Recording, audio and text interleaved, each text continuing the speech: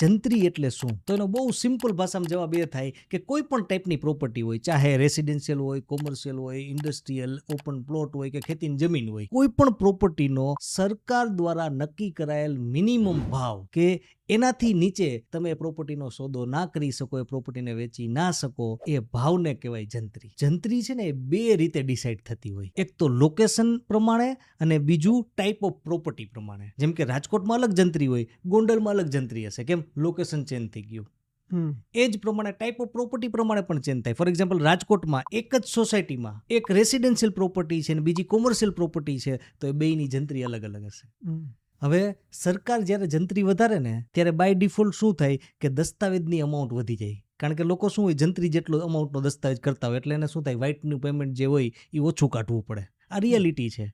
તો જેવી જંત્રી વધે એટલે શું થાય કે દસ્તાવેજની અમાઉન્ટ વધી જાય, અને જેવી દસ્તાવેજની અમાઉન્ટ વધે એની સાથે કનેક્ટેડ સ્ટેમ્પ ડ્યુટીની જે અમાઉન્ટ હોય એ વધી જાય. એને કારણે શું થાય, સરકારની આવકમાં વધારો થાય.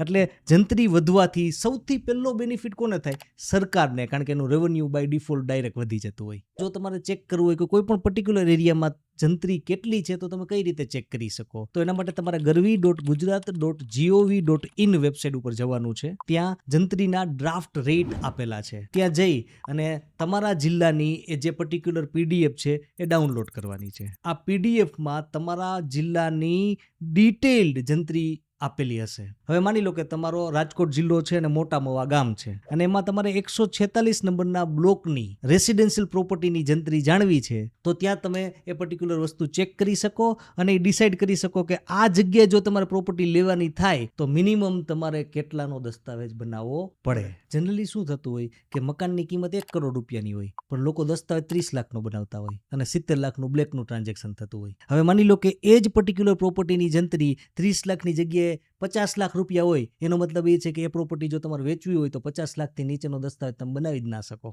એટલે કે સરકારને પહેલા 30 લાખ ઉપર સ્ટેમ્પ ડ્યુટી મળતી હતી, હવે 50 લાખ ઉપર સ્ટેમ્પ ડ્યુટી મળશે. પહેલા 1 કરોડની પ્રોપર્ટી ઉપર બ્લેકનો પોર્શન જે હતો એ 70 લાખ રૂપિયા હતો, હવે થઈ ગયો 50 લાખ રૂપિયા. સો જંત્રી આ રીતે વર્ક કરતી હોય.